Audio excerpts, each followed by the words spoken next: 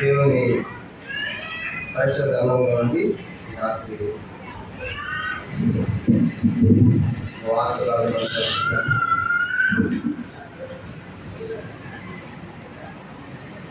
లూకాసు వార్త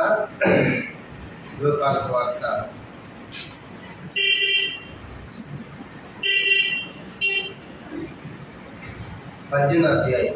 లూకాసు వార్త 18వ అధ్యాయము.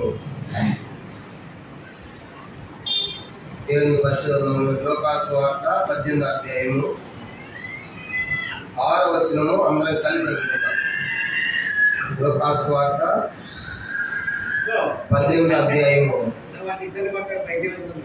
లూకాసు వార్త 18వ అధ్యాయం 6వ వచనము అందరం కలిసి మనం చదువుకుందాం. 6 నుంచి క్షమించండి 8వ వచనం. 18వ అధ్యాయము 8వ వచనం. ఆయన వారికి న్యాయమును తీర్చును, వారి విషయమే కదా ఆయన దీర్ఘశాంతము చెబుతున్నాడని మీతో చెప్పుచున్నాను. ఆయన మనుషు కుమారుడు వచ్చినప్పుడు ఆయన భూమి మీద విశ్వాసము, ఆయన చివరి మాట, ఆయనను మనిషి కుమారుడు వచ్చినప్పుడు ఆయన భూమి మీద విశ్వాసము కనుగొనున్నారు. ప్రభు యొక్క వాక్యాన్ని దీవించి మనందరితో కూడా ఈ రాత్రి మాట్లాడుగా. యేసు ప్రభు వారు చెప్పిన మాట మనం గమనించమంటే, మనిషి కుమారుడు యేసు ప్రభు వారు తిరిగి వచ్చే దినాల్లో మనుషుల్లో ఏముండదంట, విశ్వాసం అనేది తక్కువైపోతుంది. కనుక ప్రభు చేసే దినాల్లో విశ్వాసాన్ని అనేకులు పోగొట్టుకుంటారు అనేటువంటి మాట మనం చూస్తున్నాం. విశ్వాసము కనుగొనునా అని ప్రశ్న ఇచ్చాడు. కనుక ఈ ప్రశ్నకి రాత్రి దేవుని వాక్యం నుంచి ఒక 7 సంగతులు మనం చూద్దాం. ఎందుకు మనుషులు యేసు ప్రభువారిని నమ్మి మరల లోకంలోకి వెళ్ళిపోతున్నారు? యేసు ప్రభువారిని నమ్మి ఎందుకు తప్పిపోతున్నారు? యేసు ప్రభువారిని నమ్మి ఎందుకు విశ్వాస భ్రష్టులైపోతున్నారో ఈ రాత్రి మరి తిమోతి పత్రికలో నుంచే 7 సంగతులు మనం నేర్చుకుందాం. మొదటి 2 తిమోతి పత్రికల్లోనే దీనికి ఆన్సర్ మనం చూద్దాం. యేసు ప్రభు చెప్పాడు కదా, మనిషి కుమారుడు భూమి మీదకి వచ్చినప్పుడు విశ్వాసము కనుగొనున్నా అంటే అర్థము, ప్రభు వచ్చే దినాల్లో అనేకులు విశ్వాసాన్ని పోగొట్టుకుంటారు, అది అనేకుల ప్రేమ చల్లారుతుంది. ఇలాంటి విషయం మనం చూస్తూ ఉన్నాం. కాబట్టి ఎందుకు ఈ రాత్రి మనుషులు తమ విశ్వాసాన్ని, రక్షించబడిన వారి, యేసు ప్రభువుని నమ్మిన వారి మళ్ళీ తిరిగి లోకంలోనికి వెళ్ళిపోతున్నారు, విశ్వాసాన్ని పోగొట్టుకుంటున్నారు? దానికి గల కారణాలు 7 సంగతులు మనం చూద్దాం. దాంట్లో మొదటి తిమోతి పత్రిక చూడండి. తిమోతికి రాసిన మొదటి తిమోతి పత్రిక మొదటి అధ్యాయము 18-19 వచనాలు మనం కలిసి చదువుకుంటాం. తిమోతికి రాసిన మొదటి పత్రిక 18-19 వచనాలు. నా కుమారుడైన తిమోతి, నీ విశ్వాసమును మంచి మనస్సాక్షి కలిగిన వాడవై నిన్ను గురించి ముందుగా చెప్పబడిన ప్రవచనం చెప్పున ఈ మంచి పోరాటం పోరాడవాలని వాటిని బట్టి యాజ్ఞను నీకు అప్పగించున్నాను. అట్టి మనస్సాక్షిని కొందరు త్రోసివేసి విశ్వాస విషయమై ఓడ బద్దలైపోయిన వారి వలె చెడి ఉన్నారు. 18వ వచనంలో పౌలు అంటున్నాడు, నా కుమారుడైన తిమోతి, నీవు మంచి మనస్సాక్షి కలిగిన వాడవై. తిమోతికి ఎలాంటి మనస్సాక్షి ఉందంట? మంచి మనస్సాక్షి. కానీ 19లో చెప్పాడు, అట్టి మనస్సాక్షిని కొందరు త్రోసివేసి. అంటే ఎట్టి మనస్సాక్షిని? మంచి మనస్సాక్షిని. చెప్పండి, ఏంటంటే మంచి మనస్సాక్షిని త్రోసివేసి విశ్వాస విషయమై ఓడ బద్దలైపోయిన వారి వలె చెడి ఉన్నారు. కానీ ఇప్పుడు ఈ రాత్రి ఎందుకు విశ్వాసాన్ని పోగొట్టుకుంటున్నాడు ఒక విశ్వాసి అంటే, మొదటి కారణము మంచి మనస్సాక్షిని త్రోసివేయుట. అందరు చెప్పండి, ఏంటంటే మంచి మనస్సాక్షిని త్రోసివేయుట. చూడండి, మనస్సాక్షి మన లోపల ఉంది, జంతువుకి లేదు.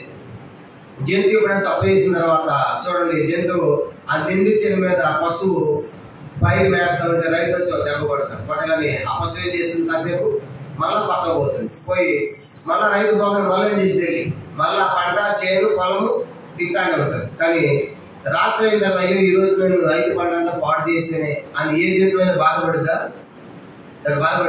ఏం బాధపడదు. కనుక దాని లోపల ఏం లేదు, మనస్సాక్షి లేదు. ఈ తప్పు చేశానని దానికి తెలియదు. అదే మనమే ఉన్నాం అనుకోండి, ఎక్కడో ఒక 10 లక్షలు దొంగతనం చేశాం, వచ్చే దొంగతనం చేసిన రాత్రి పూట నిద్ర పట్టిద్దా మనకి? చెప్పండి. ఇక ఇంటి పక్కన పోలీస్ అయిన మోగిందనుకో, పుయ్యి మోగిందనుకో, ఇంకేముంటది, అమ్మ తెలిసిపోయిందేమో నా కోసం వచ్చేసారని చెప్పేసి నిద్ర పట్టే ఉంటుంది. అంటే మన లోపల ఏమని చెప్పండి, మనస్సాక్షి ఉంది. తప్పు చేసినప్పుడు ఎవరైనా బాధ పెట్టాము, ఎవరైనా ఒక మాట అన్నాము, మన ద్వారా ఎదుటి వాళ్ళు బాధపడ్డారని తెలిసింది అనుకోండి, అప్పుడు మనకు నెమ్మది ఉంటుందా? ఉండదు. అయ్యో అనవసరంగా ఆ మాట అనుకుంటే బాగుండి అక్కని, అనవసరంగా ఆ మాట అనుకుంటే బాగుండి అన్నని మన లోపల మనస్సాక్షి మనతో ఏం చేస్తుంది? గద్దిస్తుంది. కాబట్టి ఇప్పుడు అదే మనస్సాక్షి చెప్పండి, మంచి మనస్సాక్షి. తప్పు చేసినప్పుడు మనది తప్పు అని తెలిసినప్పుడు వెంటనే ఒప్పేసుకున్నాం అనుకోండి, చెప్పండి అదే మనస్సాక్షి, మంచి మనస్సాక్షి. చాలా మంది ఏం చేస్తారంటే తప్పు చేసిన తర్వాత ఆ సంగతి చేయలేదా, ఆ సాగుడు చేయలేదా, వాడికి చేయలేదా, వీడి చేయాలా, మేము చేసి తప్పు ఏంటని అని చెప్పేసి ఇతరులతో పోల్చుకొని దాన్ని సమర్థించుకుంటారు. కాబట్టి ఆ వాళ్ళు చేసిన వాటి మేము కూడా చేస్తా ఉన్నట్టుగా సమర్థించుకుంటారు. అలాంటి వారి మనస్సాక్షి మంచిది కాదు. కాబట్టి ఈ రాత్రి ఎందుకు అనేకులు ఈ కడవరి కాలంలో ప్రభుత్వ దినాల్లో విశ్వాసులైన విశ్వాసాన్ని పోగొట్టుకుంటున్నారంటే మంచి మనస్సాక్షిని త్రోసివేస్తూ ఉన్నారు. తప్పని తెలిసినప్పుడు కూడా దాన్ని ఏం చేయట్లేదు, ఒప్పుకోవడం లేదు. తప్పని తెలిసినప్పుడు కూడా. అపోస్తలుల కార్యములు 23వ అధ్యాయంలో అపోస్తలుడైన పౌలు మహాసభను నిలబడతాడు. మహాసభను నిలబడినప్పుడు పౌలు వాళ్ళతో మాట్లాడుతూ ఉంటాడు. అపోస్తలుల కార్యములు 23వ అధ్యాయం 1వ వచనం. పౌలు మహాసభను తెరిచూచి, సహోదరులారా, నేను నేటి వరకు కేవలము మంచి మనస్సాక్షి గలవాడినై దేవుని ఎదుటను నడుచుకుంటానని చెప్పాను. ఆ సభలోని పౌలు మాట్లాడుతూ అంటాడు, అక్కడ ప్రధాన యాజకుడు ఉన్నాడు. ఆ సంగతి పౌలు తెలియదు. ప్రధాన యాజకుడు మఫ్తీ దశలో ఉన్నాడు కనుక యాజక వస్త్రాల్లో లేడు, వేరే వస్త్రాలు ఉన్నాడు. అక్కడ ప్రధాన యాజకుడు లేడని కూడా అంటాడు, సున్నం కొట్టిన గోడ ఏం మాట్లాడుతున్నావు అని చెప్పేసి పౌలు అక్కడ మాట్లాడుతుంటే పక్కన పౌలు చెవులు చెప్పారు, పౌలు ఆయన ఎవరు అనుకుంటున్నావు, ప్రధాన యాజకుడు, అట్లా మాట్లాడొచ్చా అనగానే వెంటనే పౌలు ఏమంటాడు తెలుసా? చూడండి ఏమన్నాడు, 5వ వచనం 23:5. అందుకు పౌలు, సహోదరులారా, ఇతడు ప్రధాన యాజకుడు నాకు తెలియలేదు, నీ ప్రజల అధికారం నిందింపొద్దని రాయబడి ఉన్నది. అయ్యో అది ప్రధాన యాజకుడా, అట్లే నాకు తెలియదు, నేను తెలియకానని చెప్పేసి వెంటనే ఒప్పేసుకున్నాడు. చూడండి పౌలుతో చెప్పారు. పౌలు ప్రధాన యాజకుడు కాదని మాట్లాడుతున్నప్పుడు, సున్నం కొట్టిన గోడ అని గట్టిగా మాట్లాడినప్పుడు పౌలు చెప్పారు, ఏం మాట్లాడుతున్నా పౌలు, ఆయన ఎవరు ప్రధాన యాజకుడు కానీ వెంటనే అయ్యి అట్లా అయితే ప్రధాన యాజకుడు నాకు ఆ సంగతి తెలియలే అంటే పౌలు ఇప్పుడు తప్పు చేసిన వెంటనే చేస్తాడు చెప్పండి, దాన్ని సరి చేసుకుంటున్నాడు. దాన్ని తెలియకన్నాను, నేను అది గుర్తించలేకపోయింది అన్నాడు. కానీ అది ఏ మనస్సాక్షి ఎట్లా చెప్పండి? తప్పు చేసినప్పుడు తెలుసుకునేది ఏ మనస్సాక్షి? అది ఒప్పేసుకుంటే మంచి మనస్సాక్షి. ఉదాహరణగా దావీదు కూడా తప్పు చేస్తాడు. దావీదు బెత్షెబా పాపం చేసిన తర్వాత దావీదు దగ్గరకు వచ్చి నాతో ఒక కథ చెప్తాడు. ఏం కథ? ఒక మనుషుడికి 100 గొర్రెలు ఉన్నాయి కనుక ఆ 100 గొర్రెలు వాడు ప్రేమిస్తున్నాడు. ఒక పేదవానికి ఒకటే గొర్రె ఉంది. ఆ గొర్రె ఎంత అలారబుద్ధిగా ప్రేమించుకుంటున్నాడు. ఈ 100 గొర్రెలు ఉన్నటువంటి వారి ఇంటికి ఒక బంధు వస్తే విందు చేయడానికి 100 గొర్రెలు ఒకదాన్ని పోసి పెట్టకుండా ఏం చేశాడు? అల్లారబుద్ధిగా పెంచుకున్నాడు పేదవాడు. వారి గొర్రెలు తీసుకొచ్చి ఆహారం చేసినట్టుగానే వెంటనే దావీదు కోపం వచ్చేసి దావీదు వెంటనే లేచి ఆ మనుషుడు చావాలి, మరణానికి పాత్రుడు వాడు అని చెప్పేసి మాట్లాడుతూ ఉంటాడు. అప్పుడు వెంటనే కింద నాతాను అంటాడు, ఆ మనుషుడవు నీవే, ఇంతమంది భార్యలు అంటే నీకు, కనుక ఆ యొక్క ఒలియా భార్యను తీసుకొని బెత్షెబాతో తప్పు చేసామని చెప్పగానే వెంటనే దావీదు ఏమనాలి? రాజు అయింది, నా తప్పు చెబుతావా, జైల్లో పెట్టండి నాతాను అనాలి. కానీ దావీదు ఏమన్నాడంటే వెంటనే నేను పాపము చేసి, అంటే దావీదు ఏ మనస్సాక్షి చెప్పండి? దావీదు మంచి మనస్సాక్షి. తను తప్పు చెప్పగానే వెంటనే సరి చేసుకుంటున్నాడు, ఒప్పేసుకుంటున్నాడు, విరిగిపోయాడు, నలిగిపోయాడు, అయ్యో నేను పాపం చేశాను అని 51వ కీర్తన అంతా కూడా రాస్తాడు ఆ తప్పు జరిగిన తర్వాతనే. కానీ పిల్లలు ఈ దినాల్లో మనుషులు ఎట్లయిపోయారంటే అనేక మంది తప్పులు చేయని వారు ఎవరు లేరు కనుక ఆ తప్పు చేయని వాడు కీర్తన 19వ కీర్తన 19 చూడండి, తప్పు చేయని వాడు లేడు కానీ ఆ పొరపాటు మనం గ్రహించి సరి చేసుకోవాలి. 19వ కీర్తన 19 మనం గమనించామంటే 12వ వచనం, కీర్తన 19:12 తన పొరపాట్లు కనుగొనగలవాడు ఎవడు కనుక చాలండి. కనుక గమనించామంటే మన పొరపాట్లు కనుగొనాలి. చెప్పండి, ఏం తెలుసుకోవాలంటే మనం తన పొరపాట్లు కనుగొనగలవాడు ఎవడు అనేవాడు మనం చూస్తాం. చాలాసార్లు మనకి మన తప్పు మనకు తెలియదు, కానీ ఎదుటి వారి పొరపాట్లు మనకు కనబడుతూ ఉంటాయి. మహిమ ఘనత నీకే యుగ యుగముల వరకు ఎంతో నమ్మదగిన దేవా, ఎంతో నమ్మదగిన దేవా, మా దేవుడవై మాకిచ్చితివి ఎంతో గొప్ప శుభదినము. మా దేవుడవై మాకిచ్చితివి ఎంతో గొప్ప శుభదినము.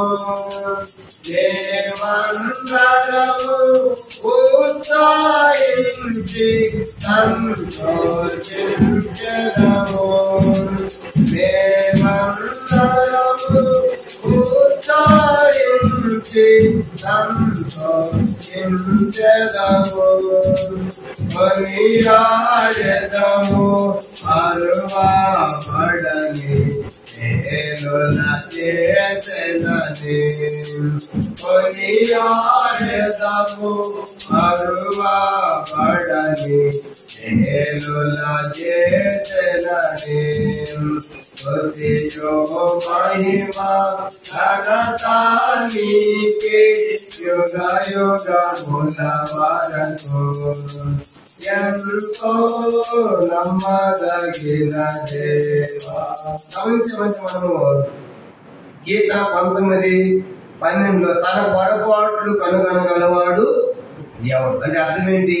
మన తప్పులు మనము తెలుసుకోవాలి. అందుకు ఒక పద్యం ఉంది, తప్పు లేని వారు తమ తప్పులు ఎలుగురయ్యా. కాబట్టి ఎన్నోసార్లు మనకి ఎదుటి వారి తప్పులు మనకు చాలా కనపడతాయి. పాతకాలం బండ్లు, ఇప్పుడు వచ్చే బండ్లు కాదు. ఇప్పుడు వచ్చే బండ్లకి పగల కూడా లైట్ వెలుగుతుంది. అప్పట్లో బండ్లకి లైట్ వేస్తేనే వెలుగుతాయి. ఒకసారి అంటే ఒక ఆయన బండి వేసుకుని పోతా ఉన్నాడు, పగలు పట్ట పగలు. ఎదురు వచ్చే బండి లైట్ వెలుగుతా ఉంది. ఈయన అన్నాడు బండి అడిపోయినా, సార్ అప్పుడు మీ లైట్ వెలుగుతుంది సార్ అన్నాడు. ఆయన ఆఫ్ చేసుకుని నీది కూడా వెలుగుతుంది చూసుకో అన్నాడు. ఈయన నడుపుతున్నాడు, కానీ ఈయన బండి ఎలిగే తీసి ఈయనకి కనబడటం లేదు. ఎదుటి వాళ్ళు బాగా కనబడుతుంది కనుక ఆపండి సార్ అంటే ఆయన ఆపి మీరు కూడా వెలుగుతుంటారా, మీరు కూడా ఆఫ్ చేసుకోండి సార్ అన్నాడు. ఎన్నోసార్లు మనకి ఎదుటి వారి తప్పులు మనకు బాగా కనపడతాయి, మన తప్పులు మనకు కనపడదు. కానీ ఈ రాత్రి మంచి మనస్సాక్షి ఏంటంటే మనం తప్పు చేసాము అని తెలిసినప్పుడు వెంటనే వెళ్ళిపోయి చేయాలి, ఒప్పేసుకోవాలి. అన్న దగ్గర, అక్క దగ్గర, సేవకుని దగ్గర ఎక్కడ పొరపాటు అయిందో అన్న క్షమించి పొరపాటు అయిపోయిందని వెంటనే ఒప్పేసుకున్నారనుకోండి, అది ఏ మనస్సాక్షి? మంచి మనస్సాక్షి. అలా ఒప్పేసుకున్నటువంటి వారు విశ్వాసంలో నిలిచి ఉంటారు, విశ్వాసాన్ని పోగొట్టుకోరు. అందుకే పౌలు అంటాడు మంచి మనస్సాక్షి కలిగిన వాడు. కాబట్టి ఈ దినాలు అనేక మంది ఒప్పుకోకుండా ఏం చేస్తున్నారు? మేము తప్పు చేసి, మేము ఒక్కరు తప్పు చేసిన సంఘంలో ఆ సంఘం చేయలేదా, ఆ సేవకుడు చేయలేదా, ఆ విశ్వాసం చేయలేదా, వాళ్ళు చేసినప్పుడు మేము చేస్తే ఏమైంది అని అనేకులు సమర్థించుకున్నారు. కాబట్టి విశ్వాస భ్రష్టులైపోతున్నారు, విశ్వాసాన్ని పోగొట్టుకుంటున్నారు. కాబట్టి రాత్రి ఆలోచిద్దాము. మొదటిది, మనం తప్పు చేసినప్పుడు వెంటనే దాన్ని ఏం చేయాలి? ఒప్పేసుకోవాలి. ఎందుకంటే ఒకదానికి మరొక 4 తప్పులు చేయాల్సి వస్తుంది. ఒక తప్పు చేసామనుకోండి, దానికి అబద్ధం వాడి కవర్ చేసుకోవాలంటే ఎన్నో చేయాల్సి వస్తుంది. ఉదాహరణగా బిషప్ దావీదు పాపం చేశాడు. ఆ పాపాన్ని తప్పించుకోవడానికి ఉరియను ఏం చేయాల్సి వచ్చింది? చంపాల్సి వచ్చింది. కనుక వ్యభిచారము, నరహత్య, అబద్ధము ఎన్ని వచ్చింది దాంట్లో. కనుక ఒక తప్పును ఒప్పుకుంటే పోయేదానికి ఆ తప్పును కవర్ చేసుకోవడానికి ఉరియను చంపాల్సి వచ్చింది, మొత్తం రాయాల్సి వచ్చింది, అబద్ధం చెప్పాల్సి వచ్చింది. కనుక ఇలాగా ఎన్నో ఉంటాయి. ఒకటే మనం ఒప్పుకోలేదనుకోండి, అన్ని దాన్ని చుట్టుకుంటా ఉంటాయి. అందుకే ప్రతి దినము కూడా ప్రభు యొక్క రక్తము చేత మన ప్రతి పాపం ప్రతి దినం ఆయన సన్నిధిలో మనము అడగబడాలి. కాబట్టి మొదటిది ఏంటంటే మంచి మనస్సాక్షి కలిగిన వారు విశ్వాసాన్ని కలిగి ఉంటారు. పోవలసిన సమయానికి మంచి మనస్సాక్షి అంటే నాకెందుకులే, నేను సరి చేసుకుంటా, వాడి సంగతి నాకెందుకు, నేను సరి చేసుకున్నటువంటి వాళ్ళే మంచి మనస్సాక్షి కలిగిన వారు. ఇది మొదటి సంగతి. రెండోది చూడండి, ఎందుకు అనేక విశ్వాస భ్రష్టులు అవుతుందంటే రెండో సంగతి తిమోతికి రాసిన మొదటి తిమోతి పత్రిక 4వ అధ్యాయం. రెండో సంగతి మనం చూద్దాము. ప్రభుత్వ దినాల్లో విశ్వాసాన్ని కలిగి ఉంటారనే ప్రశ్నకు మొదటిది ఎందుకు కలిగి లేరంటే మంచి మనస్సాక్షిని కలిగి లేరు కాబట్టి విశ్వాస భ్రష్టులు అవుతున్నారు. రెండవది తిమోతికి రాసిన మొదటి పత్రిక 4వ అధ్యాయము మొదటి 2 వచనాలు చదవండి. అయితే కడవరి దినములలో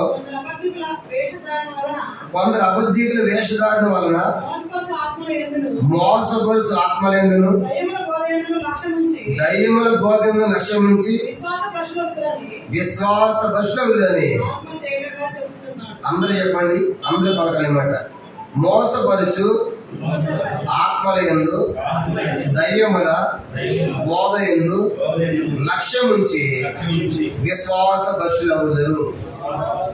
రెండవది విశ్వాసాన్ని ఎందుకు పోగొట్టుకున్నారంట? ఈ దినాలు అనేక మంది ఏమయ్యారు? మోసపరుచు ఆత్మలు. చాలా మంది ఎట్లా తయారండి అని చెప్పొచ్చు అనుకోండి. అలాంటి సంఘానికి వెళ్ళామనుకోండి, అక్కడ ఆత్మలు వస్తాయి. వాళ్ళు ఆత్మలు చప్పట్లు కొడతారు, కేకలు వేస్తారు కదా, పరిశుద్ధాత్మ వస్తుంది, నీ జబ్బంతా పోతుందని చెప్పేసి మోసపరిచి ఆత్మ దగ్గరికి వెళ్తున్నారు. రెండవది దయ్యముల బోధ అంటే ఏంటంటే ఎక్కువసేపు వాక్యం వాళ్ళకి ఇష్టం ఉండదు. ఒక చిన్న వాక్యం చెప్పి తీసుకుని ఒక చిన్న పెట్టగా చెప్పారనుకోండి, 15 నిమిషాలు వాక్యం అయిపోతే అబ్బా ఎంతమంది చెప్పాడు వాక్యం అన్న. ఎందుకు 15 నిమిషాలు? ఏ బోధ అది? దయ్యముల బోధ. ఉన్నట్టు చెప్పడం కాదు. ఏదో ఒక వాక్యం తీసుకుని 15 నిమిషాలు ముగిస్తే కట్టె కొట్టే తెచ్చాయంటే మనకి ఎంతో సంతోషం. కాబట్టి అనేక మంది దినాలు ఏమవుతున్నారంటే మోసపరుచు ఆత్మ దగ్గరికి వెళ్తున్నారు. ఇలా దయ్యం పడితే అనారోగ్యమైతే జబ్బు వస్తే కనుక అక్కడ పోతే బాగుంటున్నారు, కానీ అక్కడంతా మోసమే. కాబట్టి అనగా నువ్వు విశ్వాసంతో ఉంటే దేవుడిని స్వస్థపరుస్తాడు. కాబట్టి కుమారుని విశ్వాసం నిన్ను స్వస్థపరిచే బాబు చెప్పాడు కదా. కాబట్టి మనకు విశ్వాసం లేకుండా అక్కడ పోయి ఆ మోసపరుచు ఆత్మలకు అంత కట్టాలి, ఇంత కట్టాలి, అవి చేయాలంటే అవన్నీ చేస్తారు. కారణం ఏంటంటే నీ విశ్వాసాన్ని పోగొట్టుకుంటున్నా. రెండవదిగా దయ్యముల బోధకు ఏం చేశారంట? అలవాటు పడ్డారు. కనుక మనం ఏ బోధలో ఉండాలి? అపోస్తలులు 2:42 అపోస్తల బోధ యందును సహవాసమందును రొట్టె విరుచుటయందును ప్రార్థన చేయటం ఎడతెగక. కాబట్టి మనం అపోస్తల బోధలో ఉండాలి. అపోస్తలుడు అనగా పంపబడిన వాడు అని అర్థం. దేవుని చేత పంపబడిన బోధ ఇది. కాబట్టి ఈ బోధలు నిలిచినటువంటి వారు విశ్వాస భ్రష్టులు కాదు.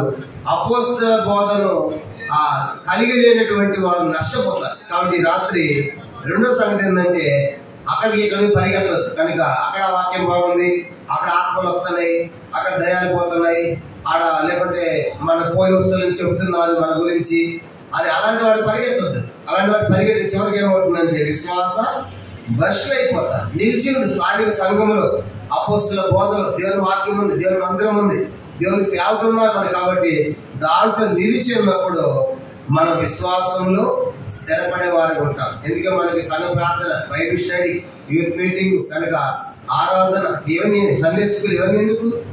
ఆత్మీయంగా బలపడాలనే కదా. కనుక సేవకుల యొక్క తాపత్రయం. కాబట్టి రెండో సంగతి ఏంటంటే మోసపరుచు ఆత్మలు అక్కడిక్కడ పరిగెత్తవద్దు.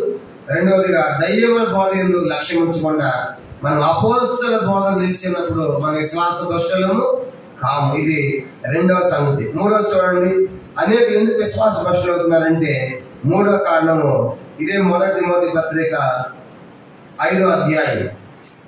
మొదటి తిమోతి పత్రిక 5వ అధ్యాయము చూడండి 8వ వచనం. మొదటి తిమోతి పత్రిక 5వ అధ్యాయం 8. ఎవడైనను స్వకీయులను విశేషముగా తన ఇంటి వారిని సంరక్షింపకపోయినడలా వాడు విశ్వాస త్యాగం చేసిన వాడై అవిశ్వాస కన్నా చెడ్డవాడై ఉండదు. మూడో సంగతి ఏంటంటే మనం గమనించమంటే విశ్వాస త్యాగం చేసిన వాడే చెడ్డవాడే అంటే విశ్వాసాన్ని పోగొట్టుకుంటాడు. ఎవరు వ్యక్తి? ఎవడైనా స్వకీయులను విశేషంగా తన ఇంటి వారిని సంరక్షింపకపోయిన. ఇది మూల భాషలో వేరే తర్జుమాలు ఏముందంటే ఇంటి వారిని బంధువులను ప్రేమించకపోవటం. కాబట్టి చాలాసార్లు మనము ఇంటి వారిని బంధువులను నిర్లక్ష్య పెడుతూ ఉంటాం. ఇంటి వారిని ప్రేమించే విషయంలో మరి బంధువులు ప్రేమించే విషయంలో నిర్లక్ష్య పెడుతూ ఉంటాం. చూడండి, కొంతమంది హైందవ కుటుంబం నుంచి నమ్ముకున్న వాళ్ళు ఉంటారు. వాళ్ళు ఒకప్పుడు హైందవులే, కానీ ఆ పిల్లలు నమ్మారు, తల్లిదండ్రులు నమ్మలేదు ప్రభుని. ఇప్పుడు తల్లిదండ్రులు చనిపోయినప్పుడు ఏం చేయాలి? పిల్లలుగా వెళ్ళాలి తల్లిదండ్రులను చూడాలి. దానికి చివరి చూపు కాబట్టి అక్కడికి వెళ్ళినటువంటి వారికి ఆదరణ కలిగించాలి. అంతేగాని మేము ప్రభుని నమ్మాం కాబట్టి మేము మా తల్లిదండ్రులు నమ్మలేదు కాబట్టి వాళ్ళ దగ్గర నేను వెళ్ళను అని అంటే ఆ మిగతా వాళ్ళు ఎప్పటికి కూడా దేవునికి రాలేదు. కాబట్టి అది ఆదరించే సమయం, చనిపోయిన సందర్భం ఆదరణ కలిగించేది. కాబట్టి మనం తప్పనిసరిగా వెళ్ళాలి వాళ్ళ కోసం ప్రార్థన చేయాలి, బంధువుల కోసం వాళ్ళ స్వార్థ చెప్పాలి. అట్లాగా వాళ్ళు ప్రభువులో తీసుకొని రావాలి. అంతేగాని మేము భక్తులం కాబట్టి విశ్వాసం కాబట్టి వాళ్ళ దగ్గర మేము పోమంటే వాళ్ళు ఎప్పటికీ ప్రభువులోకి రాలేదు. అందుకే పౌలు రాస్తూ అంటాడు, ఆ బంధువుల విషయంలో కూడా మనం ఎట్లా ఉండాలంటే ప్రేమను కలిగి ఉండాలి. అందుకే పౌలు ఈ పత్రికల్లో నేను అనేకులు సంపాదించుకోవడం కోసం అనేకులు నన్ను నేనే దాసునిగా చేసుకుంటానన్నాడు. యూదుల వల్లే ఉంటుంది, గ్రీసులో ఉంటుంది కనుక అందరినీ సంపాదించుకోవడానికి నేను అందరికీ నేను దాసులుగా చేసుకుంటాను. పౌలు ఉద్దేశం ఏంటంటే ఏదో విధంగా కక్షేత్రం నిక్షేత్రం వాళ్ళ స్వార్థ ప్రకటించి వాళ్ళ ప్రభువులను తీసుకొని రావాలి. అది పౌలు యొక్క తాపత్రయం. కాబట్టి మూడవదిగా మనం కూడా అలాగే ఉండాలి. కాబట్టి అంటే మూడవ సంగతి ఏంటంటే ఇంటి వారిని స్వకీయులను ప్రేమించని ఎడల వారి విశ్వాస త్యాగం చేసిన వాడి చెడ్డవాడై ఉంటాడు, విశ్వాసాన్ని పోగొట్టుకుంటాడు. మాకు తెలిసిన ఒక ఆమె ఉండేది, మా బంధువు. కనుక ఎక్కడ మీటింగ్ అయినా పరిగెత్తేది. కనుక దేవుడు అంటే చాలా ఇష్టం, భక్తి అంటే చాలా ఇష్టం, బైబిల్ అంటే మందిరం అంటే ఇష్టం. ఎక్కడైనా వెళ్తూ ఉండేది. ఇంట్లో భర్త ఉండేవాడు, భర్త రక్షణ పొందలేదు, మార్గం పొందలేదు. ఇంక పోతా ఉంటే అమ్మ నా భోజనం సంగతి ఏంటి అంటే ఏమైనా తెలుసామా? వండుకున్న మీటింగ్ టైం అయిపోయి వెళ్ళిపోయింది. కాబట్టి ఇప్పుడు మన భోజన సంగతి ఏంటి, ఇంట్లో నీ భర్త భోజన సంగతి ఏంటి? అట్లా వెళ్ళిపోతా ఉంటే అతను దేవుడు నమ్ముతాడా? ఒకసారి హిస్టరీకి వెళ్తే అన్న ప్రభువుని నమ్ముకుంటే ఏమి నమ్ముకుంటావు? అన్న ప్రభువుని నమ్మకం ఏమో చక్కగా ఉంది కాబట్టి భోజనం పెట్టదు, టైం భోజనం ఉండదు అని చెప్పాను. కానీ అతను రక్షణ పొందడానికి కారణం ఎవరు? ఇంట్లో భార్యే కదా. అలాగే ఎన్నోసార్లు మనం ఇంటి వారు నిర్లక్ష్యం పెడతాం. మీటింగ్కి వెళ్ళాలి, మంచిది. అప్పుడేం చేయాలి? కొంచెం ముందే లేచి ఆయనకు కావాల్సినంత వంట ప్రిపేర్ చేసి అక్కడ పెట్టి, అయ్యా ఈ భోజనం చేసి పెట్టాను, నీకు ఆకలి అయినప్పుడు తినని చెప్పాడు. అప్పుడు ఆయన అభ్యంతరం ఉండదు కదా.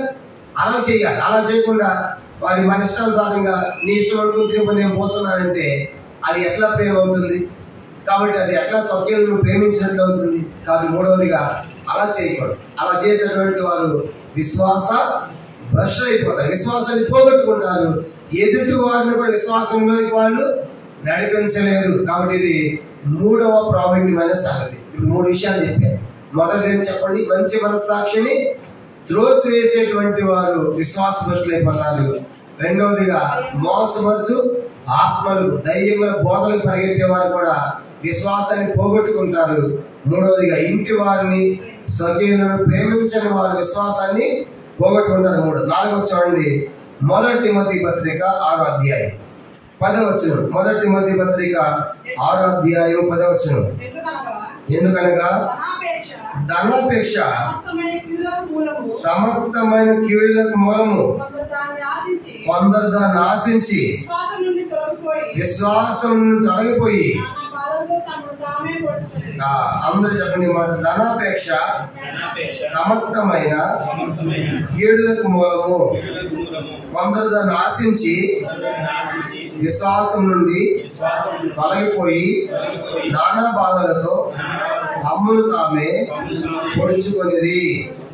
కాబట్టి ఇప్పుడు నాలుగో సంగతి, ఎందుకు విశ్వాసం తొలగిపోతున్నారంట? అందరూ చెప్పండి. ధనాపేక్ష. లేదంట ధనాపేక్ష. ఇంకా సంపాదించాలి. చూడండి, ఆ సిటీలో ఉన్నటువంటి వాళ్ళైతే వాళ్ళకి డ్యూటీలు ఉంటాయి, ఓటీలు కూడా ఉంటాయి. ఎక్స్ట్రా డ్యూటీ చేస్తే ఓటీ అనమాట, గంటకి ఎంత ఇస్తారు. కొంతమంది విశ్వాసులు డబ్బులు ఎక్కువ వస్తాయని ఆదివారం ఆరాధన మానేసి డ్యూటీ ప్లస్ ఓటీ చేసే వాళ్ళు కూడా ఉన్నారు. వాళ్ళ గురేంటి? ఆదివారం వస్తే ఆరాధన వెళ్ళాలని కాదు, కానీ ఏం చేయాలి? ఇంకా ఎక్స్ట్రా సంపాదించాలి, ఎక్కువ సంపాదించాలి అనే తాపత్రయం వాళ్ళు మనం చూస్తాం. ఇక్కడ ఇలాంటి విలేజ్ ప్రాంతాల్లో, పల్లి ప్రాంతాల్లో పనులు వచ్చినాయి అనుకోండి, రోజుకి 1000 రూపాయలు కూలి పడుతుంది అనుకోండి. ఏం చేస్తాము? ఆదివారం రాగానే ఒక ఆదివారం మానేస్తే 1000 రూపాయలు వస్తాయి కాబట్టి ప్రభు ఏమనుకోవద్దని చెప్పేసి కనుక మందిరం మానేస్తాము. దేనికి పోతాము? కూలికి పోతాం. 1000-2000 పడతాయి కాబట్టి. కాబట్టి ఇప్పుడు దాంట్లో గురంతా ఏంటి? ధనాపేక్ష. కాబట్టి ఇంకా సంపాదించాలి.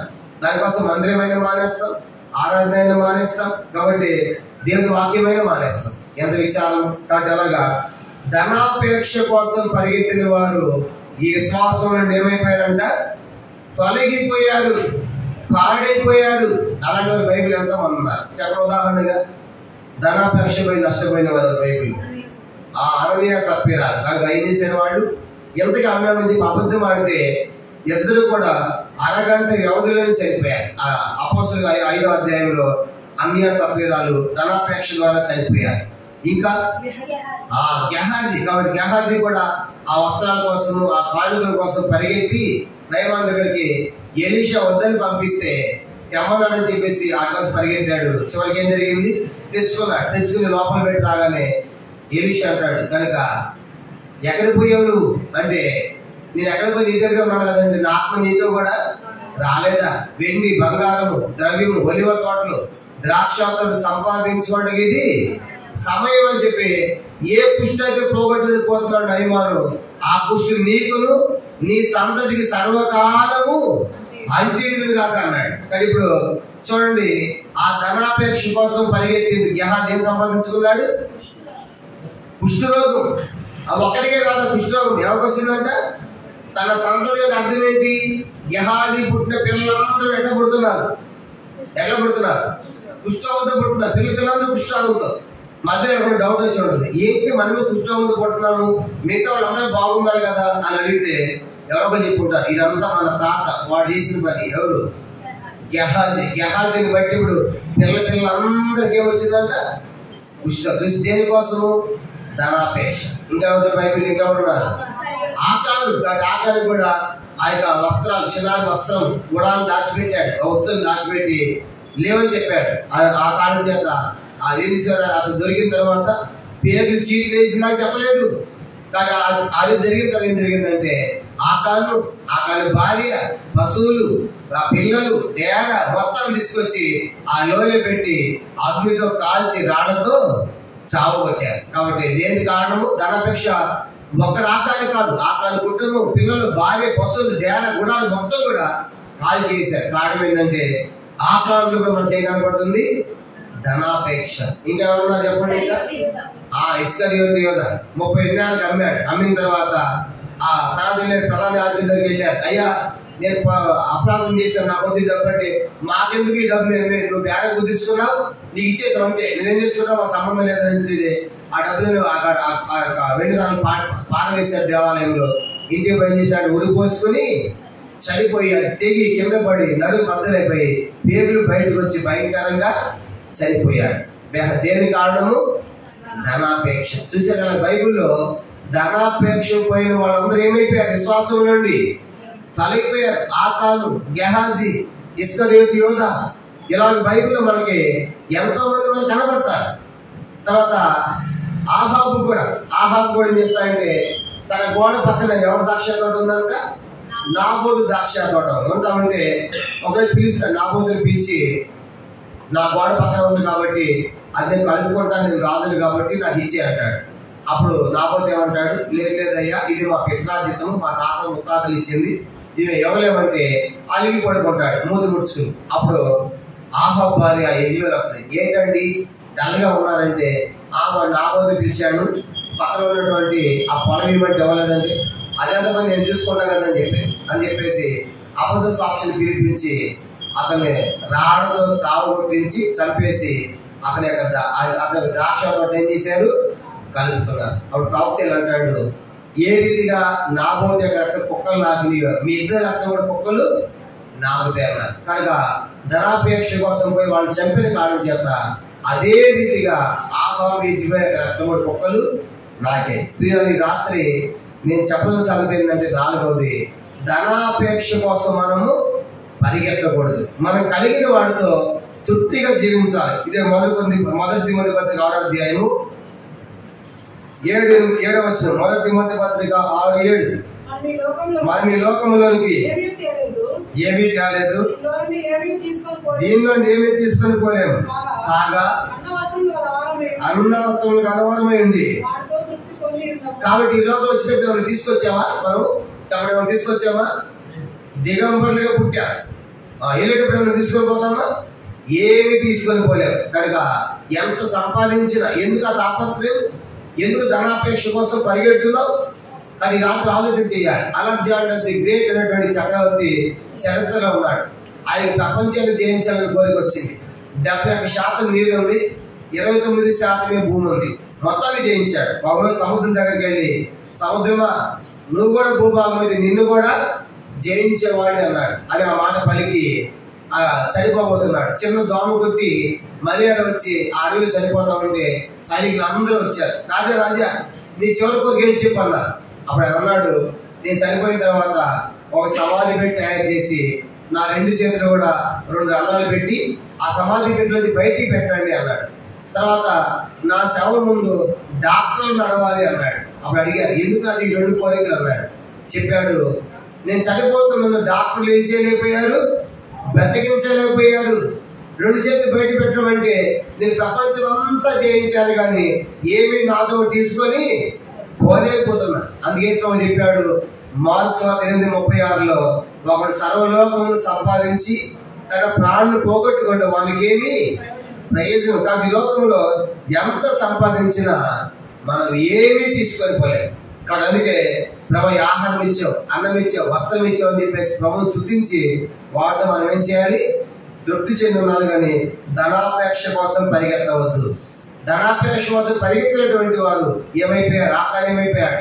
గెహాజ్ ఏమైపోయాడు? ఇలాగూ వాళ్ళందరూ కూడా విశ్వాసం తొలగిపోయి నాశనం అయిపోయినట్టు మనం చూస్తా ఉన్నాం. కాబట్టి ఈ రాత్రి ప్రియులారా, ఎందుకు విశ్వాస భ్రష్టులు అవుతారు ఈ దినాలంటే అనేక మంది ధనాపేక్ష, డబ్బు సంపాదించాలి దానికోసం పరిగెడుతున్నారు. కాబట్టి ఇలాంటి ప్రయత్నాలు మంచివి కాదు. ఇప్పుడు 4 విషయాలు చెప్పారు. మొదటిది, మంచి మనస్సాక్షిని రోజు తప్పు చేసినప్పుడు దేవుడితో మాట్లాడితే వెంటనే ఒప్పేసుకో, సరి చేసుకో.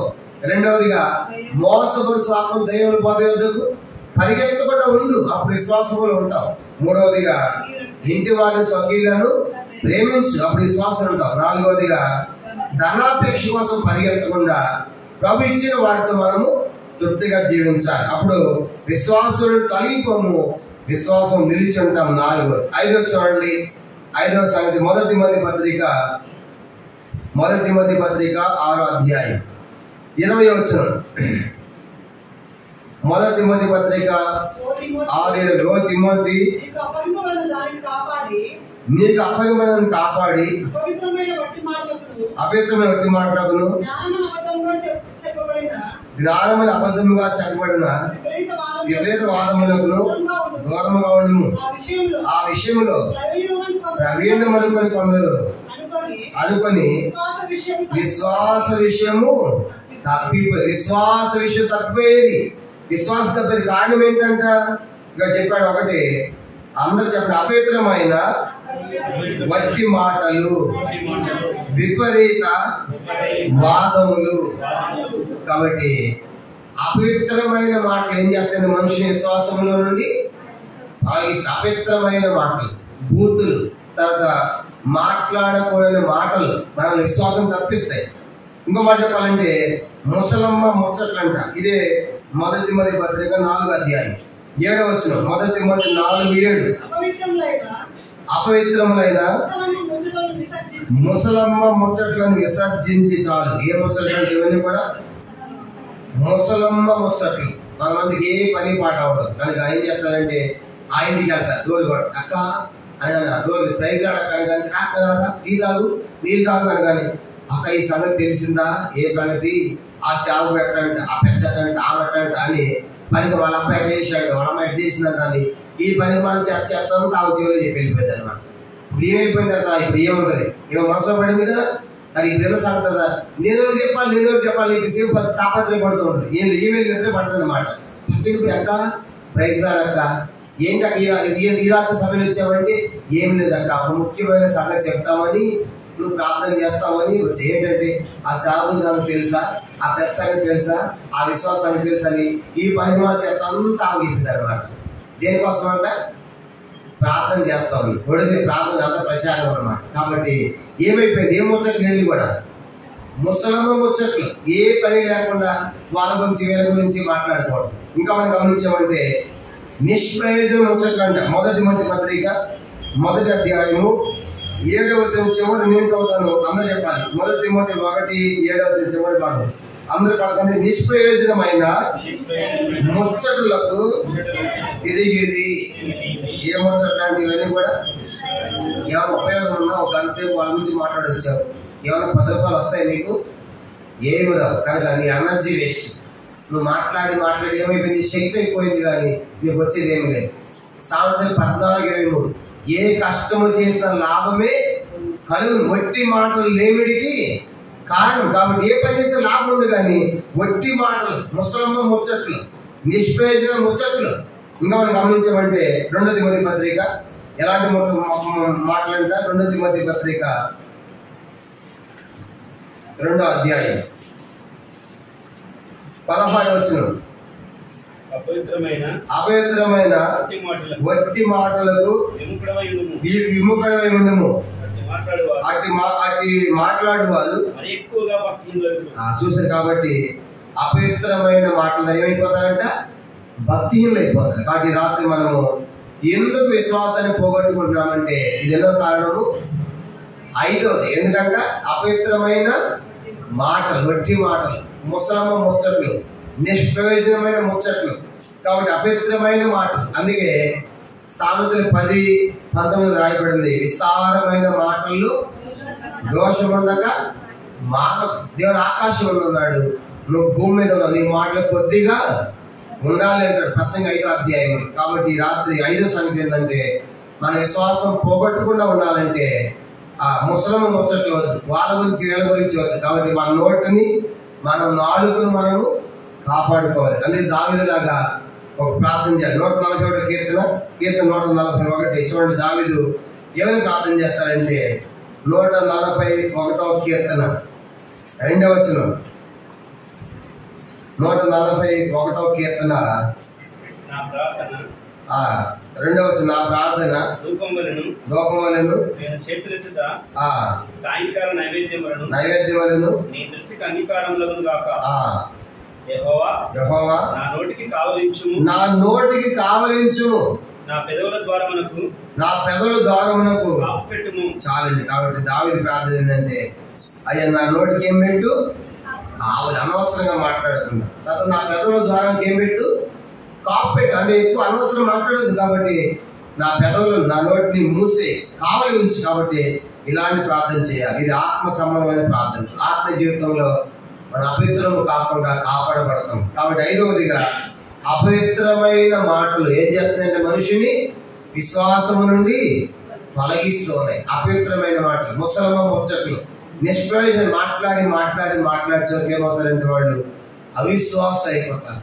కాబట్టి ఆ విశ్వాసాన్ని పోగొట్టుకుంటారు, విశ్వాస భ్రష్టులు అయిపోతారు. కాబట్టి మన మాటలు జాగ్రత్తగా ఉండాలి. ఇది 5వ సంగతి. 6వ చూడండి. తిమోతికి రాసిన 2వ పత్రిక 2వ అధ్యాయం 17-18 వచనాలు. 2వ తిమోతి పత్రిక 2వ అధ్యాయం 17-18 వచనాలు. కోరుకుడు పండు ప్రాకినట్టు వారి మాటలు ప్రాకును, వారిలో హుమేను ఫిలేతును ఉన్నారు. వారు పునరుద్ధానం గతించని చెప్పుచు సత్యం విషయం తప్పిపోయి అందరి విశ్వాసమును చెరుపుచున్నారు. చాలండి, అందరూ చెప్పండి. కొందరి విశ్వాసమును చెరుపుచున్నారు. 6వ సంగతి ఏంటంటే మనల్ని విశ్వాసం తప్పించే వాళ్ళు కూడా ఉంటారు. ఏం చెప్పంట? అసత్యము చెప్పి పునరుత్థానం గతించని చెప్పొచ్చు, సత్య విషయం తప్పిపోయాయి. కానీ పునరుత్థానం వాళ్ళు ఏం చెప్తారంటే పునరుత్థానం లేదు, చచ్చిపోయే వాళ్ళు అంతే, కాబట్టి చచ్చిపోయే వాళ్ళ సంగతి ఇక మనకు తెలియదు అని అంటున్నారు. పునరుత్థానము ఉంది కదా. క్రైస్తవ విశ్వాసానికి మూలమేంటి? పునరుత్థానమే. ప్రభు చనిపోయి మృతి నొంది తిరిగి లేచి నమ్మిన అదే ప్రకారము మృతి నొందిన వారిని ఆయన వెంట పెట్టుకుని వారితో కూడా వస్త్రాలను చదువుతాం. కాబట్టి విశ్వాసంలో మన విశ్వాసం పునరుత్థానం ఉందని, చనిపోయితే తిరిగి లేస్తామని కదా. కానీ వాళ్ళే చెప్తారంటే పునరుత్థానం లేదు, సచివాలయ సంగతి అంతే అని చెప్పేసి అసత్యాన్ని ప్రకటిస్తూ కొందరి విశ్వాసం చెబుతున్నారు. మనం కూడా కొన్నిసార్లు ఏం చేస్తామంటే మనుషులు చెప్పిన మాటలు వింటాం, చెప్పుడు మాటలు. వాళ్ళు నిజం చెప్పారా అబద్ధం చెప్పారా కొన్నిసార్లు మనకు తెలియదు. చెప్పిన వెంటనే నమ్మేస్తే కొన్నిసార్లు నష్టం అవుతుంది. అందుకే మనము ఏం వింటున్నామో జాగ్రత్తగా ఆలోచించాలి. మార్కు సువార్త 4:24 మార్కు సువార్త 4:24 మార్కు సువార్త 4:24 మరియు ఆయన మీరేం వింటున్నారో చాలా జాగ్రత్తగా చూసుకోండి. కాబట్టి మనం ఏం వింటున్నాం కాబట్టి వాళ్ళు మనకి ఏం చెప్తున్నారు మనం జాగ్రత్తగా ఆలోచించుకోవాలి. లేకపోతే ఏమవుతుంది దాని ద్వారా మన విశ్వాసంలో నుండి తప్పిపోయే వారికి ఉన్నాం. చెప్పుడు మాటలు వినవద్దు కనుక వాళ్ళు చెప్పిన మాటలు చెప్పిన మాటలు వినదు. మనం చూస్తే నమ్మాలి తప్ప చెప్పుడు మాటలు విన్నటువంటి వారు ఏమవుతారు విశ్వాస భ్రష్టులు అవుతున్నారు. గట్టిగా ఈ రాత్రి ఇది 6వ ప్రాముఖ్యమైన సంగతి. 6 సంగతులు చెప్పాను. మొదటిది చెప్పండి. మొదటిది మంచి మనస్సాక్షిని రోజు చేసేటువంటి వారు విశ్వాసాన్ని పోగొట్టుకుంటారు. రెండో విషయం మనం చూసాము, ధైర్యమైన బోధకు మోసపరుచు ఆత్మని పరిగెత్తే వారి విశ్వాసాన్ని పోగొట్టుకుంటారు. మూడవదిగా స్వకీయులను బంధువులను ప్రేమించిన వారు విశ్వాసాన్ని పోగొట్టుకుంటారు. నాలుగవది ధనాపేక్ష కోసం పరిగెత్తే వారు విశ్వాసాన్ని పోగొట్టుకుంటారు.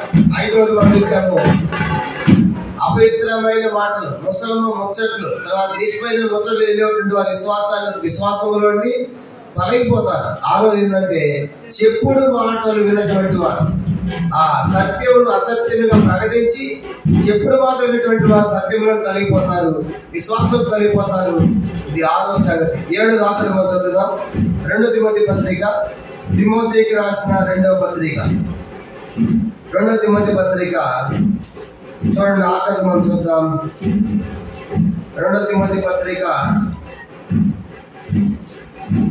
3వ అధ్యాయం 8వ వచనం. 2 తిమోతి పత్రిక 3వ అధ్యాయము 8వ వచనం. ఎన్నే ఎంబులని వారు మోషేను ఎదిరించినట్లు వీరులు చెడిన మనసు కలిగి విశ్వాస విషయంలో భ్రష్టులై సత్యమును ఎదిరింతురు.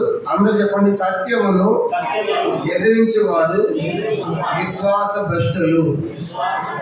7వ ఆఖరిది ఏంటంటే ఎందుకు విశ్వాసాన్ని పోగొట్టుకుంటున్నారంటే వాళ్ళు ఏమి ఎదిరిస్తున్నారంట సత్యం. ఉన్నట్టుగా చెప్పారనుకోండి ఇష్టం ఉండదు. ఒక స్థలంలో ఒక సేవకుడు సేవ చేస్తా ఉంటే ఒక సభ పెద్ద కుమారుడు వెనకాల ఏం చేస్తాడంటే సెల్ ఫోన్తో ఆడుతూ ఉన్నాడు. బాబు నీకే చెప్తుంది ఇది మందిరం ఆడొద్దని చెప్తాడు.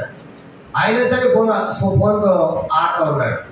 అంటే పేరు పెట్టి నీకే చెప్తుంది అని చెప్పేసి గట్టిగా గద్దించగానే మా అబ్బాయిని గద్దిస్తావు సంఘంలో అని ఫీల్ అయిపోయాడు. ఎవరు ఆ సంఘ పెద్ద. సంఘంలో మా అబ్బాయి పేరు పెట్టి పిలిచి మమ్మల్ని అవమానపరిచామని నువ్వన్నా ఉండాలి, సంఘంలో మేమన్నా ఉండాలి అనేది చెప్పాడు. ఫోన్ చేసి ట్రాన్స్ఫర్ అనమాట. ఎందుకు ట్రాన్స్ఫర్? ఆయన చెప్పింది సత్యమా అసత్యమా? సత్యమేగా. సెల్ఫోన్ ఆడొచ్చా మందిరంలో? కాబట్టి చూడొచ్చా? నువ్వు గద్దించు నీ పిల్లల్ని ఎదురిగి గద్దించే సేవకుడైనా గద్దించాలిగా. అంటే సేవకుడు గద్దిస్తే ఇష్టం ఉండదు. కాబట్టి సేవకుని గద్దింపవద్దు. మీరేం చేసినా సరే మీకు ఇష్టం, సంతోషం, ఆ మనసుతం అంటే మీకు సంతోషం అనమాట. కాబట్టి ట్రాన్స్ఫర్, దానికోసం ట్రాన్స్ఫర్ అనమాట. చూసారా, ఒక సత్యమును ప్రకటిస్తే సత్యం ఏం చేస్తారు వాళ్ళు ఎదిరిస్తూ ఉన్నారు. కాబట్టి అలా చేయకూడదు. అలా చేసి ఆయన వెళ్ళిపోవచ్చు, సేవకుడు స్థానికి వెళ్ళిపోతాడు సేవకుడు. కానీ విశ్వాసం భ్రష్టులు అయిపోతారు. మీ పిల్లలకు మీరు చెప్పకుండా, చెప్పే సేవకుడు చెప్పనీయకుండా, క్రమం నేర్పించకుండా వాళ్ళు పాడైపోతారు కదా. ఒక స్థలంలో మేము సేవ చేశాం. ఆ స్థలంలో ఒకరోజు సాయంకాలం ఏం జరిగిందంటే ఒక విశ్వాస కూతురు రోడ్డు మీద సైకిల్ తీసుకుని పోతా ఉన్నాడు. ఆయనతో పాటు ఇంకో కుర్రాడు కూడా రోజు పోతా ఉన్నాడు. నేను చూసాను, ఒకరోజు చూసారి మన అన్న వాళ్ళు పాపలాగా ఉంది, ఆ అబ్బాయితో రోజు పోతుందని చెప్పేసి ఒకరోజు ఏం చేసామంటే వేరే బ్రదర్గా చెప్పించాం. అన్న మీ పాపను జాగ్రత్తగా పెట్టుకోండి, రోడ్డు మీద చూసాము, ఇట్లా 2-3 సార్లు కనపడుతుంది, ఆ అబ్బాయి ఎవరో చూడండి అంటే ఎవరో తెలుసా? వాళ్ళ అమ్మాయి తెలుసా? ఆ అబ్బాయి మా ఫ్రెండ్లే, మా అమ్మాయికి. ఎవరంటే అబ్బాయి ఫ్రెండ్ అంట. పెళ్లి కాని అమ్మాయి రోడ్డు మీద వేరే అబ్బాయితో రోజు పోతా ఉంటే ఎట్ట ఫ్రెండ్ అందరూ ఏమనుకుంటారు? రేపు ఏమైనా జరిగింది. అప్పుడు బాధపడేది ఎవరు? తల్లిదండ్రులు మీరే, మేము మీరే బాధపడతారు. అప్పుడు చిన్న మా అమ్మాయి కోసం ప్రార్థన చేయండి, ఎట్లా చేసిందంటే చేతులు కాలిన తర్వాత ఆదరణ లాభం ఏంటి? చెప్పింది మంచిదే కదా, నిజంగా సేవకుడు చెప్పాడు మనకు మంచిదే కదా. ఆమెను కూర్చోబెట్టి గద్దించి జాగ్రత్త అమ్మ అని చెప్పి సరివేసుకోవాల్సిన పోయి ఏమని చెప్తున్నారు? మా అమ్మాయికి అబ్బాయి ఫ్రెండ్లీ. ఎట్లా ఉంది? అంత సింపుల్గా అయిపోయింది. ఎవరైనా చెప్పాలని కూడా సంఘంలో భయం అవుతుంది ఈ దినాల్లో. కనుక ఆ వెంటనే లోపడటం లేదు, సత్యానికి లోపడటం లేదు. మరి ఆ దైవ సేవకుడు దేవుని ఆత్మచేత మన క్షేమం కోరి ఇక్కడ చెప్పింది. ఎందుకు ఆ మాట చెప్పాము? ఆ అమ్మాయి మాకైనా శత్రువా? ఆ అమ్మాయి కూడా మా కూతురు లాంటిది, మా బిడ్డ లాంటిది కాబట్టి ఆమె క్షేమంగా ఉండాలనేది చెప్పింది. అలాంటి సరివేసుకోవాలి కదా. కాబట్టి ఇది అలాంటి దినాల్లో మనం లేవు. కాబట్టి సత్యాన్ని ప్రకటిస్తే సత్యాన్ని ఎదిరిస్తూ ఉన్నారు. ఇంకా కంప్లైంట్లు ఏంటంటే చాలా మంది, ఆ సేవకుడు ఎప్పుడు మమ్మల్ని చెప్పిస్తాడు, ఎప్పుడు కోపంగా చెప్తాడు, ఎప్పుడు మాకు ఆశదాలు చెప్పడు, కాబట్టి ఎప్పుడు ఆయన బోధనంతా షాప్గా చెప్తా ఉంటాడు అని చెప్పేసి కంప్లైంట్ అనమాట. దేవుడు మిమ్మల్ని దీవించుగాకంటే మీకు సంతోషం, దీవించుగానే దీవించడు, దీవించేలాగా మనం జీవించాలి, అంతే కదా. ఒట్టి సేవకుడు దీవించమని దేవుడు దీవిస్తాడా? కాబట్టి దినాల బోధలు ఎట్లయిపోయినాయంటే టీవీలో రేడియోలో పొద్దున్న అన్ని ఆశీర్వాదాలు చూడండి. ప్రతి టీవీ ఆందే కానీ నీకు అది ఆస్వాదించును గాక, భయపడకము, నీకు తోడై ఉంటా. ఈ వాగ్దానాలు అబ్బా ఎంత మంచి వాగ్దానం వెళ్ళిపోతున్నాం, అంతేనా? మరి మిగతా వాగ్దానాలు ఎవరికి అవి? కానీ ప్రతి వాగ్దానానికి దానికి ముందు వెనక కండిషన్లు ఉన్నాయి. నేను నీ తోడై నుండి ఇలా ఉండాలి, నువ్వు భయపడి ఉండి ఇలా ఉండాలి, పెద్దానికి ఉండదు కదా. అది చూడకుండా అది చెప్పకుండా టీవీలో చెప్పే వాళ్ళంతా నీకు తోడైండును గాక, నీ పనులు సఫలమవును గాక, దేవుడిని కాపాడును గాక అనేది మనకి ఎంత సంతోషమో. కానీ అబ్బా ఎంత మంచి వాక్యం చెప్పాడు అన్న, ఆనైతే మీకు మంచిది అలా చెప్పేవాడు. అట్ట కాదమ్మా, దేవుడు నీకు తోడే ఉంటాడు, నువ్వు జాగ్రత్తగా బతుకంటే మాత్రం ఒప్పుకోవు. అంటే ఏ బోధలు కావాలి మనకు చెప్పండి? ఏ బోధలు? కల్పనాకర్తల బోధలు. చూడండి తిమోతి పత్రిక 4వ అధ్యాయం, 2 తిమోతి 4వ అధ్యాయము 3-4 వచనాలు. 2 తిమోతి 4వ అధ్యాయం 3-4 వచనాలు. ఎందుకనగా జనులు హితబోధను సహింపక దురద చెవులు గలవారై తమ స్వకీయ దురాశలకు అనుకూలమైన బోధకులను తమ పనికి పోగు చేసుకుని సత్యములకు చెవినియక కల్పన కథల వైపునకు తిరుగు కాలం వచ్చును. కాబట్టి మనుషులు ఎట్టయినటువంటి హిత బోధన కింద పైన 6 కింద మంది అయిపోయింది. ఆరోగ్యకరమైన బోధ, అపోస్తుల బోధ వినకుండా ఆ దురద చెవులు గలవారి తమకు స్వకీయ అనుకూలమైన బోధకులు, అంటే వాళ్ళకి అనుకూలంగా చెప్పాలి వాక్యం, అంటే వాళ్ళకి ఆశదాలు చెప్పాలి, వాళ్ళు సంతోషపెట్టేది చెప్పాలి. ఇంకో మాట చెప్పాలంటే వాళ్ళ బోధ వాళ్ళకి సంతోషం ఉండాలి. వాళ్ళని సంతోష పెట్టేది ఉంటే వాళ్ళకి సంతోషం. కానీ మా బోధ మనుషులు సంతోష పెట్టేది కాదు. ఎవరు సంతోషం ఉండాలి మన బోధ ద్వారా? తెస్సలోని పత్రిక పౌలు అంటాడు, 1 తెస్సలోనికాయలు పౌలు అంటాడు, మేము మా బోధ మనుషులు సంతోషపెట్టినట్లుగా ఉండేది కాదు. 1 తెస్సలోనికాయలకు రాసిన పత్రిక 2వ అధ్యాయము 4వ వచనం. 1 తెస్సలోనికాయలు 2వ అధ్యాయం 4వ వచనం. సువార్తను మాకు అప్పగించుటకు యోగ్యులమని దేవుని వల్ల ఎంచబడిన వారమై మనుషులను సంతోషపెట్టు వారము కాక మన హృదయములను పరీక్షించి దేవుని సంతోషపెట్టి మనం బోధించున్నాం. కానీ మన బోధ ఎక్కడ ఎవరు సంతోషం ఉండాలంటే మనుషులు కాదు, ఎవరికంట దేవుని సంతోష పెట్టాలి. కనుక దేవుడు ఖచ్చితంగా చెప్పానుకో, నా సేవకుడు మంచి వాక్యం చెప్పావు, ఖచ్చితంగా దేవుడు సంతోషపడతాడు. అది మీకు ఇష్టంగా లేకపోవచ్చు, కానీ మన బోధ మనుషులను సంతోష పెట్టేది ఉండకూడదు. చెప్పండి, ఎట్లా ఉండాలి? దేవుణ్ణి సంతోష పెట్టాలి. అంటే ఉన్నది ఉన్నట్టే చెప్పాలి. వాళ్ళు తిరిగిబడి వేసినా పర్వాలా, వినకపోయినా పర్వాలా, ఎదిరించినా పర్వాలా, ట్రాన్స్ఫర్ చేసినా పర్వాలా, కానీ ఏం చేయాలి చెప్పండి? దేవుని యొక్క వాక్యం ఉన్నది ఉన్నట్లుగా చెప్పాలి. కానీ ఈ దినాలు ఎట్లయిపోయినాయంటే సత్యమును ఎదిరించి ఏమైపోయారంటే వాళ్ళు విశ్వాస భ్రష్టులు అయిపోయారు. కాబట్టి సత్యము చెబితే వాళ్ళకి ఇష్టం లేదు, కాబట్టి ఉన్నట్టుగా చెప్తే ఇష్టం లేదు. కనుక వాళ్ళకి అనుకూలంగా వాళ్ళకి ఇష్టంగా చెప్తే వాళ్ళకి సంతోషం. కానీ రాత్రి మనం ఎట్లా ఉన్నాం? కానీ ప్రభు రాబోతున్నాడు. ఈ 7 విషయాలు మనం పరీక్ష చేసుకున్నాం. మొదటిది ఏంటి? మంచి మనస్సాక్షి మనము కలిగి ఉన్నాం. తప్పు వేసి అంటే ఒప్పేసుకో, సరివేసుకో. రెండవదిగా అక్కడ ఆ సంఘాన్ని ఈ సంఘానికి మోసపోసి ఆత్మ దైవం బోధన ఎందుకు పరిగెత్తవద్దు. స్థానిక సంఘంలో అపోస్తల బోధనలు నిలిచి. మూడవదిగా బంధువులను అందరూ ఏం చేయాలి?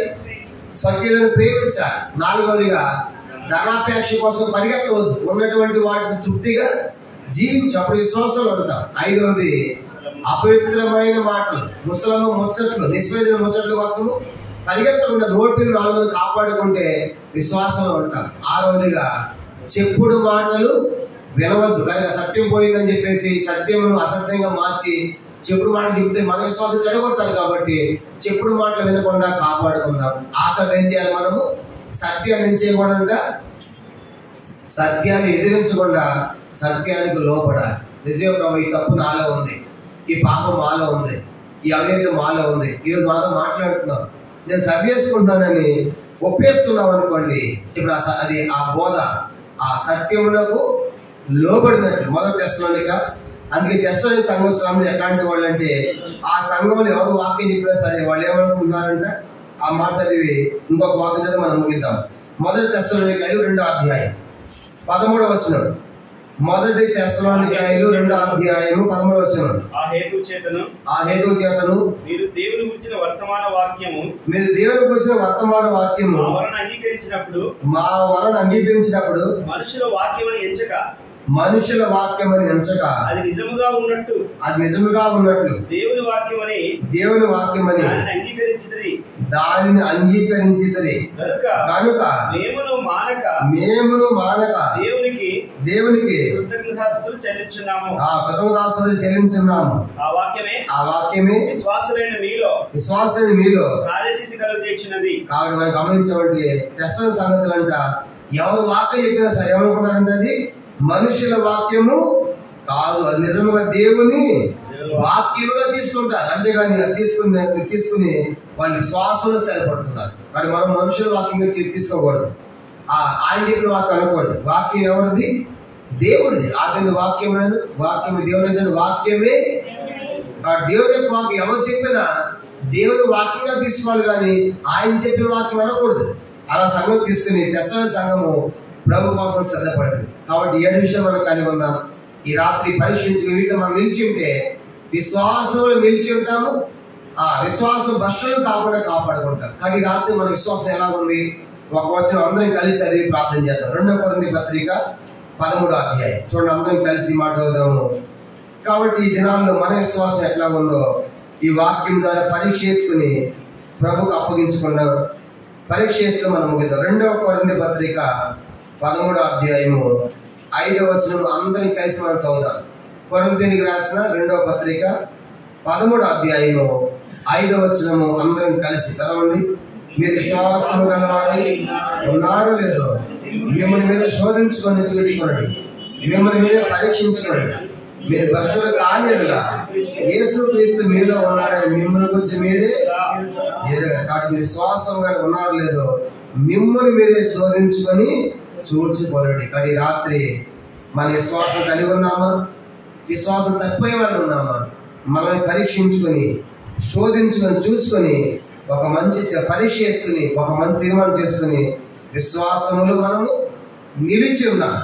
ఆ విశ్వాసము నుండి అధికమైన విశ్వాసం కొనసాగినట్లుగా ప్రభు సహాయపడటం ఒక తీర్మానం చేసుకుంటాం. ఆ రీతిగా ప్రభు మనకు సహాయపడుగాక. దేవుడు తన వాక్యాన్ని ఆశీర్వదించునుగాక. ప్రార్థన.